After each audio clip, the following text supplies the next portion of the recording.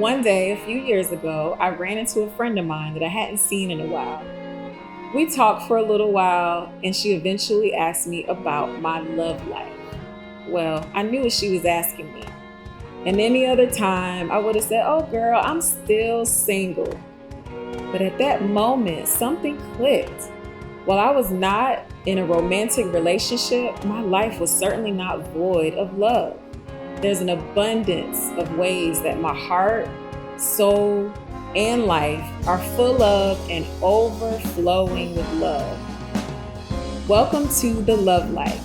I'm Dr. Margaret, and on this show, I talk to some incredibly loving people about what that big four-letter word means to them. So join us as we explore the question, how's your love life?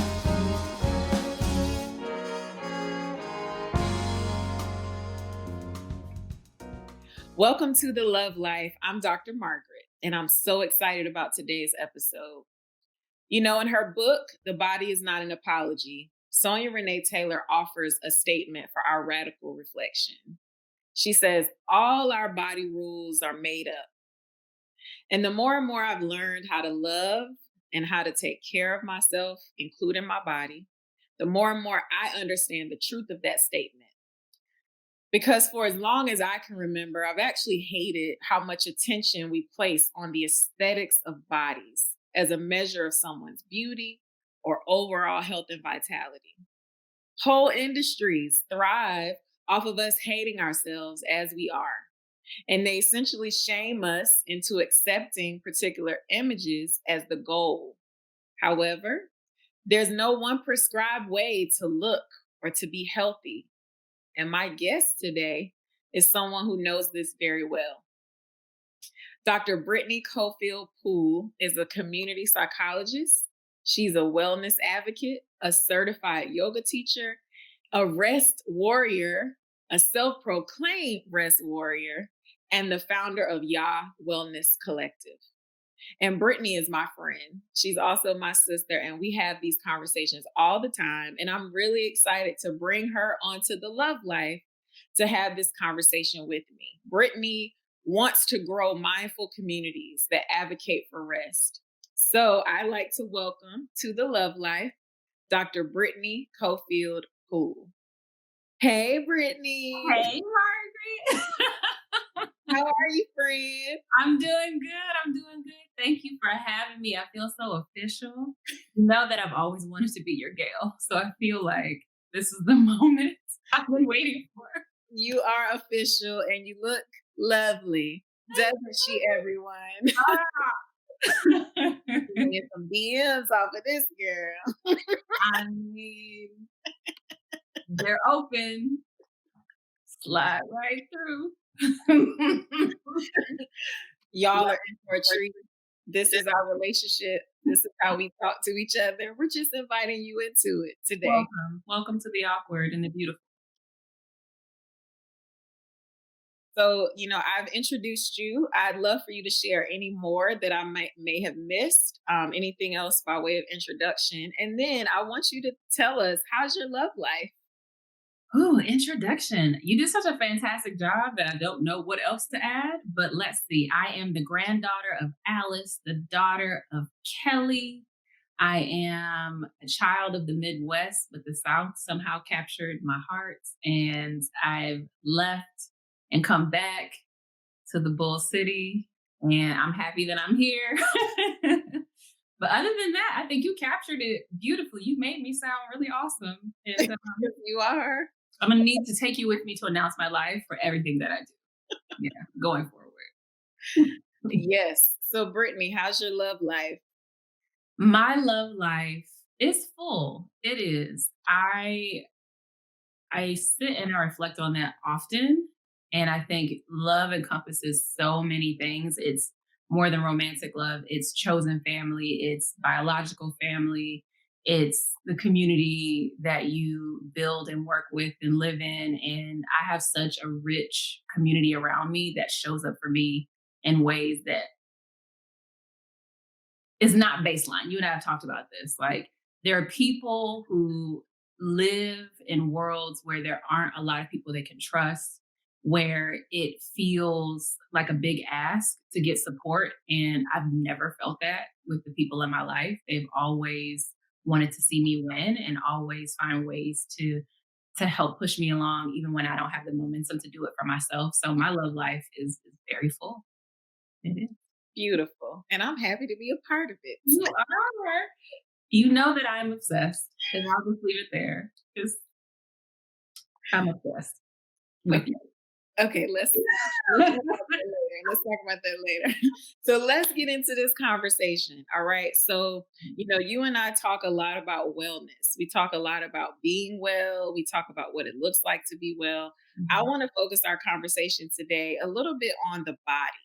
mhm, And part of this conversation because I've loved our ability to have this conversation very honestly because I see us kind of on two opposite ends of the spectrum, right? So we've each sort of had our own struggles around body image mhm. and we've shared those struggles with each other.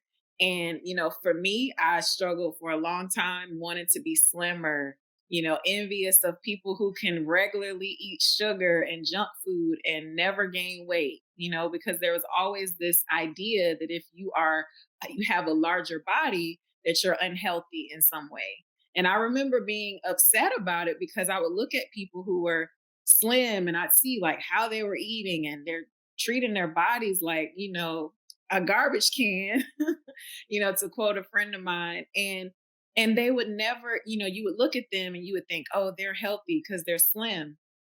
And you and I have talked about your experiences with your body image. And so I want to ask you, what were some of your earliest messages that you received about your body? And like, how Mm. did that affect what you believe about your body and what you believed past tense about your body? I like how you framed that last part. Hmm. Ooh, I got a lot of messages when I was younger.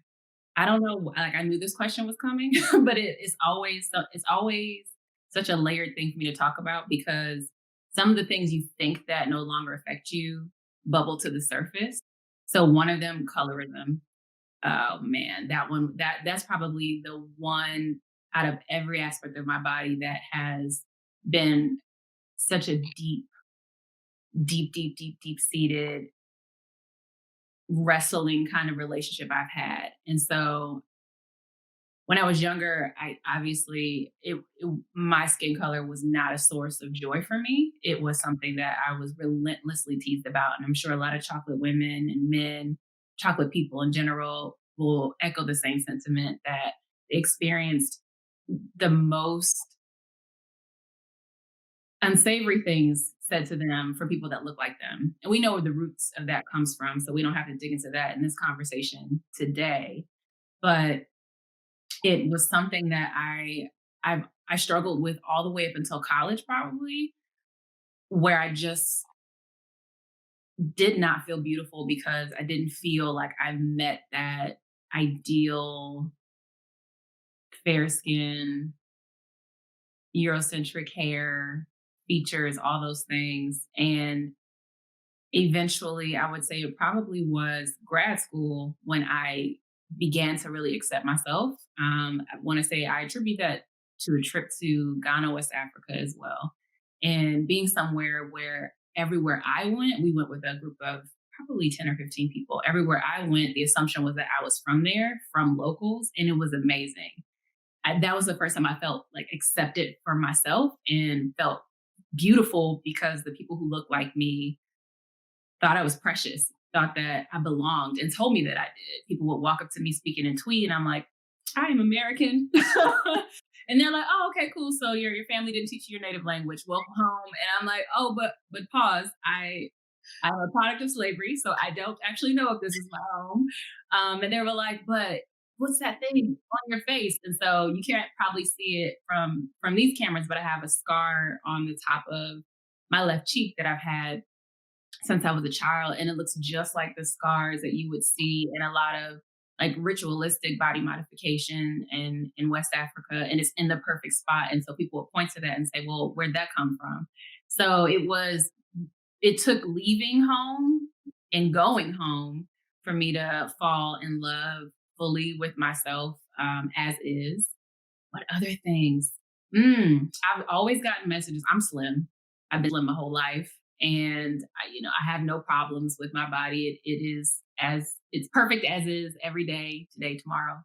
And it was then, but I've gotten a lot of feedback specifically from Mhm. romantic partners about me gaining weight. So the desire for me to like, oh, if you were just 10 or 15 more pounds heavier, like you'd be like, couldn't nobody tell you nothing? I'm like, well, no one can tell me nothing right now. So I don't understand what this extra, like, why are you trying to design something, a vision? You want me to meet a vision in your mind. Why is it that you can't take me as I am right now? There was something that drew you in to begin with. Why are you trying to edit me to Mhm. meet your expectations? So I would say those are the two primary things that I've gotten a lot of feedback about. And I won't lie and say that it has not impacted my self-esteem. Sometimes I felt like, hmm, am I desirable enough? Not so much now, but in the past, am I desirable enough? Do I look like a woman should look in my body, instead of a teenager forever because, because of how slim I am. But I think it took for me to recognize that those are just opinions and thoughts. And at the end of the day, the only one that matters is mine. Yeah. Yeah. And, it's so interesting because I think even our ability to love ourselves well really is connected to how we see ourselves and how we see our bodies and our relationship with our bodies. And the whole conversation about self-love is oftentimes related to our bodies, like how we see ourselves, our skin color, our weight, our hair, the shape of our face, whether or not our face is symmetrical. There's all of these things about beauty in particular, and this episode is certainly not about beauty. I don't even want to go there right now, but I think, our ability to love well is directly connected to our bodies. And so I wanna ask you about, like, as someone who's committing your life's work now to wellness, because we do hear a lot of people using the word wellness. It's like a buzz term. There's a whole industry now around wellness. What does that mean to you? What does wellness mean to you? Wellness to me, and I'll echo a conversation I actually had earlier today, is it's a daily decision. Wellness has nothing to do with material things. It should not cost you anything. Let social media tell it. A 10-day trip to Bali was something someone said earlier today to me. Should be the thing you aspire to be well. And that is nonsense because wellness really rests within your ability to advocate for yourself and your needs and your boundaries and to stand firm in that and to learn how to be present in moments of discomfort and offer yourself the opportunity to move through that with compassion, to acknowledge that you have emotions, to not feel shame because you feel. And I think full acceptance of that is what wellness really is. Yeah, yeah, for sure. I know that. So I know you, right? Like, we're friends and we have these conversations. And so I want you to share a little bit about your story, a little bit of your story. And I think the reason why this is important is because so often our work is a reflection of something we've experienced on a personal level. And so you have a PhD, a whole PhD, you a whole doctor. um and now you are like moving your work into this wellness space, into this body work space, into this soul work space. And so talk about your personal connection to that work. Absolutely. You are a very intimate part of this story. And I won't go into all the details and recall it, but it all began in January of 2016. It was MLK Day, actually. You and I were doing a service project together, and I already wasn't feeling well, hadn't been feeling well since Christmas of the previous year, didn't know what was going on, and had been in and out of urgent care, ER. You were with me both times that happened. And this particular day, I felt so bad that I had to go back to the ER. And so I was diagnosed with Graves' disease, and that is an autoimmune disease of the thyroid. And the thyroid is located at the base of your throat, regulates a lot of things, regulates mood, digestion, your heart. and even your muscles and your joints in some ways. And so the gut, even, and all of those things were impacted all at once. And so I had the muscle tremors. I dropped 15 pounds off of a very slim frame. I was on heart medication because of severe palpitations. The worst of it, I had to make a decision to choose between showering or getting a glass of water, and both of those things couldn't happen in the same day. And when you're faced with your mortality in that way, it really forces you to make a decision, right? We talked about wellness earlier and deciding to make a decision about what really matters and what's important.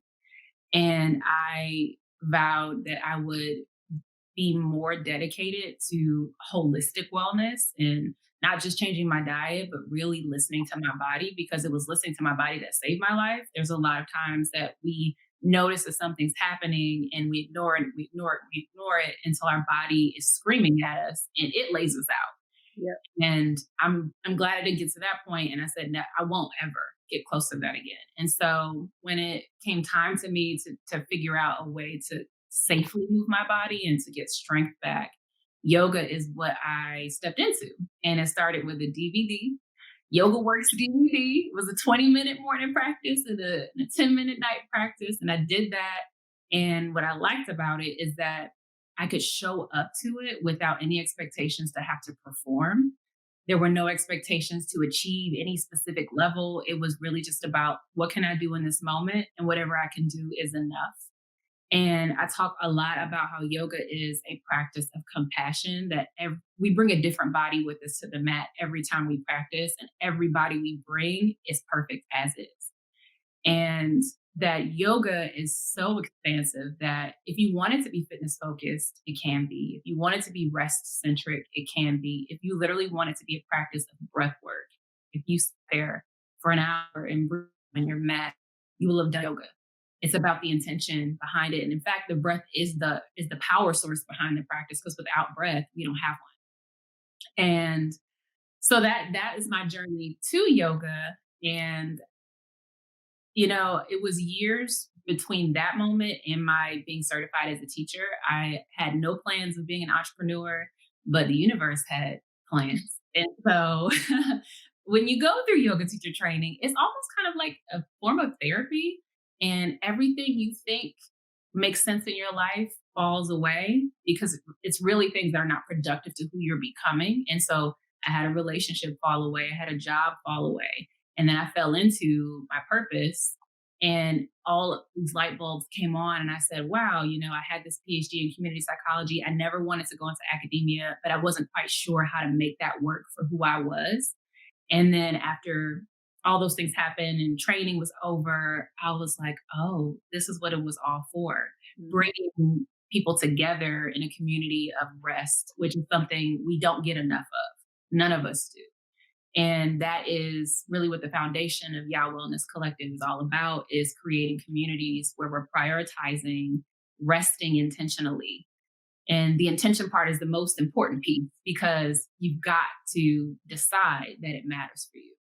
Yeah, and something you said too that's really powerful. Like if listening to you and kind of connecting some dots, so you paid attention to your body, and I think for a lot of us that is not natural. It's not natural for us to pay attention because we have so many distractions, and I Mhm. think also it's difficult to pay attention to your body when pain might be something you're used to living with. So Mhm. for a lot of folks, like, they're used to pain, and I know for Black women in particular, we don't have a higher threshold for pain. That's a lie, right? It's just that our baseline is often a life of pain. And Yeah. so it's very difficult to even know that you're in pain, to know that your body is talking to you, because every day you're waking up with your heart beating fast, feeling anxious. And so you don't know if it's like your body, if it's your emotions, if it's your mind. And so one of the things that I think is so powerful about what you're doing is that rest, when you take on a posture of rest, it actually allows you to settle into your body and feel things that are going on and feel that, like, something is not right here. This is not normal. It's not a normal feeling to be in pain all the time. And so I think a lot of people look at rest and they say, well, I don't have time, right? But you actually don't, you can't afford not to do it. If you don't have the time and you feel like I can't afford to rest, you actually can't afford not to, because rest is a posture that from that posture we can do so many other things. From that place of rest we can do so many other things and do them more effectively, because we're working from a place of rest, we're moving from a place of rest. So I love that you've kind of named yourself the rest warrior, because who's fighting for our rest, right? Like who's fighting, who else is fighting for us to slow down, to get comfortable, to know that like pain is not, who we are, right? That we don't have to live a life of pain, that we can live a life of love. We can. We can. Yes. So bringing it back to love, because love is already in the midst of our conversation. So you're talking about wellness, you're talking about rest, you're talking about yoga as a practice of breath and body and meditation and life, right? How does love fit into that? How does love fit into your work? I think when any of us make the decision to prioritize being well, that in itself is an act of love. And when and when you love yourself at the fullest capacity, that gives you an opportunity to be able to do that for others. But Yeah. we're not checking in with us first. And it's interesting because I see messaging around self-love that are very conflicting. And so on one hand, people are saying, well, if you're only focused on yourself, how can you love fully if you're not putting, others before you? And then the other side is, um, it's got to all be about me and only me and forget all my haters or whoever that, like, who are the haters? That's a real question. Like, who are, And where are they? where they at anyway? So I've yet to find them. But, and I think it's like, it isn't so much about being selfish in the traditional sense. It's not about you above others and that you are not considering others. It's about self-commitment and really prioritizing your ability, like you've said so many times, putting your own mask on first, because if you don't do that, you're going to die before you help somebody else. And a lot of us do. A lot of us do. Self-sacrificing is not something that is honorable. It's not, because you drain yourself of everything you have for other people. And you look around in your times of need, and some of those people, if they're thriving off of your effort, and you are hanging on by a thread. Yeah. So I think that we should take an opportunity to think about that. In what ways, and I get it, everybody's life looks different. People have partners, they have children, they're caregivers, demanding jobs, commitments to the community, all of that. But at the end of the day, you cannot show up for any of those people fully if you've not chosen yourself first. If you've not created a life or a practice, and it is a practice, it is a daily decision to choose you and to find ways to make sure that you are well and nourished before you can do other things. Yeah. And the problem with our culture too is that, self-sacrifice is often rewarded, right? People even wear it as a badge of honor. I put Mhm. others before I put myself. Like that's not a badge of honor. We need to stop awarding and rewarding and applauding Mhm. people, not focusing on themselves just to focus on other people. Mhm. Yeah. Yeah. So, Brittany, you know that I love affirmations because I just believe that, like many say, words create worlds, words begin to shape our reality. So, even if we don't believe it, if we speak it long enough, we'll actually believe it. That's what I think, at least. So, one of my affirmations that I've taken on, especially around love, this idea of love and wellness, I deserve to be loved. I deserve to be well. I deserve to be loved well. And when I think about that, I think that I'm not only saying what I deserve for myself, like how I deserve to treat myself, but I'm also setting an expectation for others and how they will treat me. So if I deserve to be loved and well, then I want you to love me well, right? And so when you hear that affirmation, what does that mean to you? That means a lot of things to me. And one of the things that it brings to mind is the saying, you teach people how to treat you.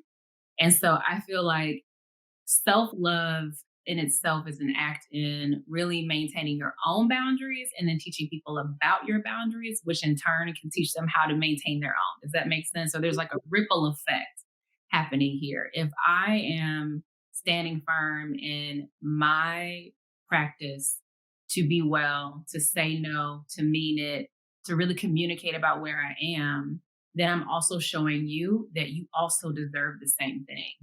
And I also think it shows people to be okay with feeling emotions, to be okay with being in discomfort. I think about the women in my family whom I love very much, but oftentimes I am educating up to them about giving themselves permission to feel.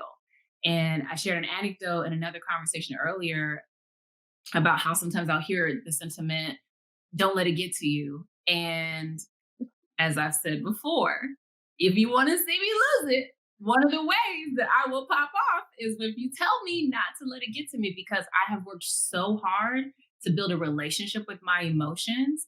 I've worked so hard to give myself the permission to say it's not a good day and give context as to why. And I think it's important to allow those feelings to be present, but to move through them so that they don't make a home in you, because that can happen when we don't. That's what compartmentalizing is. You know, you push things down and then they pop out at inconvenient times with the wrong people, and you and them don't know what's going on because you don't allow yourself time to be in that emotional space. And so, loving myself well, loving others well, allowing them to love me well, all of that has to do with us really teaching each other how to be okay with just being human.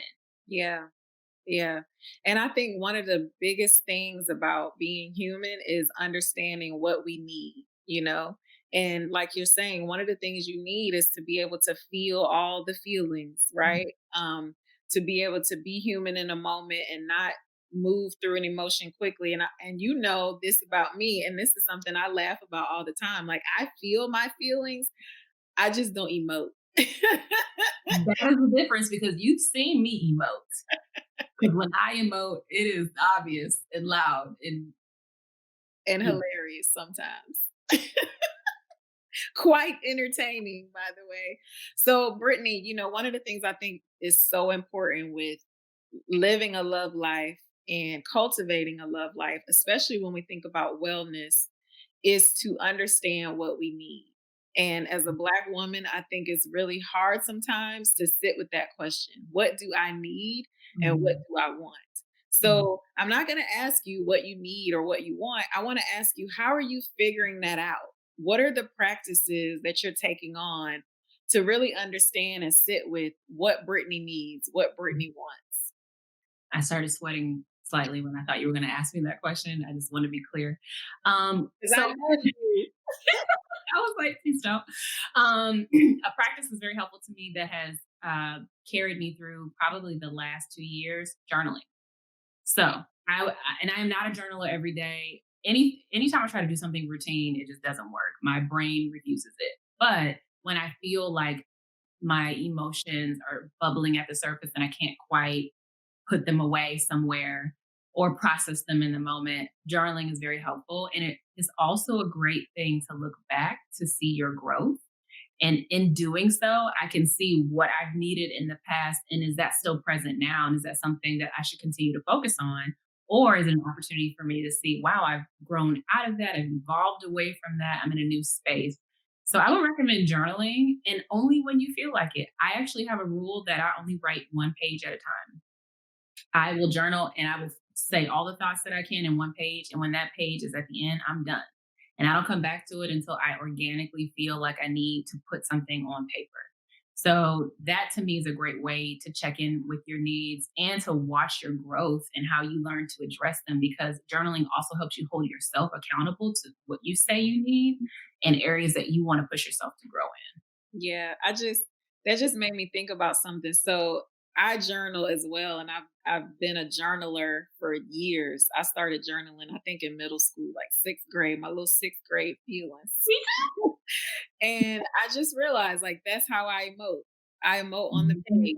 I too. let it all spill out on the page. I don't have to like say it out loud or, you know, do all the things that people do when they emote. I know what you're not say. I'm not a robot. I know what you're not say. But Okay. anyway, I think journaling is a beautiful practice. I also think you named earlier, like it- yoga as a Mhm. practice, as a lifestyle, right? Like every time I get onto my mat and every time I get off of my mat, I feel a sense of like, this is something, this was something good for me. Like I needed this. And so I just want to say thank you, Brittney, for the work you're doing. You know, we're homies, we're sisters, we're friends, but I really respect you as a woman, as a professional, as a oh God, Yeah, I'm emoting. You see? this is what happens, y'all. Did you hear her say Um, God? so we're gonna share with people how they can find you. But one of the things I want us to just close with is how are you cultivating a life that you love right now? Like what's one thing you're doing to cultivate a life that you love? I have actually started doing this practice of talk meditation, but I talk out loud to myself and I talk through things with myself and I process out loud with myself. And I found that it just really helps me get closer to what it is I need in the moment. And some of those conversations happen in the shower. Some of those conversations happen in my office. Some of those conversations happen in my car. But talking out loud to me because I am my best friend. Yes, I'm you my are. best Tony friend. Mercer said, "You are your best thing." Yeah, I am my best thing. Okay, Yeah, you are too. that's good. I received it. You should take it in. Well, Emote. Brittany, thank you so much for joining me on the Love Life as my guest. I'm so grateful for you and your beautiful presence, and I hope you get some DMs because you look lovely. What is that? Dave Chappelle and Rick James. Send them in. Thank you. So I'd like to just thank Dr. Brittney, my sister, my friend from Yaa Wellness Collective for joining me today. I truly believe that the first part, the first step in the end of a struggle to live and be well is to actually believe that we deserve to be loved and that we deserve to be well and that we deserve to be loved well. And I think when we learn how to love ourselves, when we learn what we need to be well, we actually teach others to do the same. And we stay out of the comparison trap and realize that all of us are here to live a life that is full and whole and overflowing with love on our own terms. So I'm Dr. Margaret, and until next time, live a life of love and love the life you live.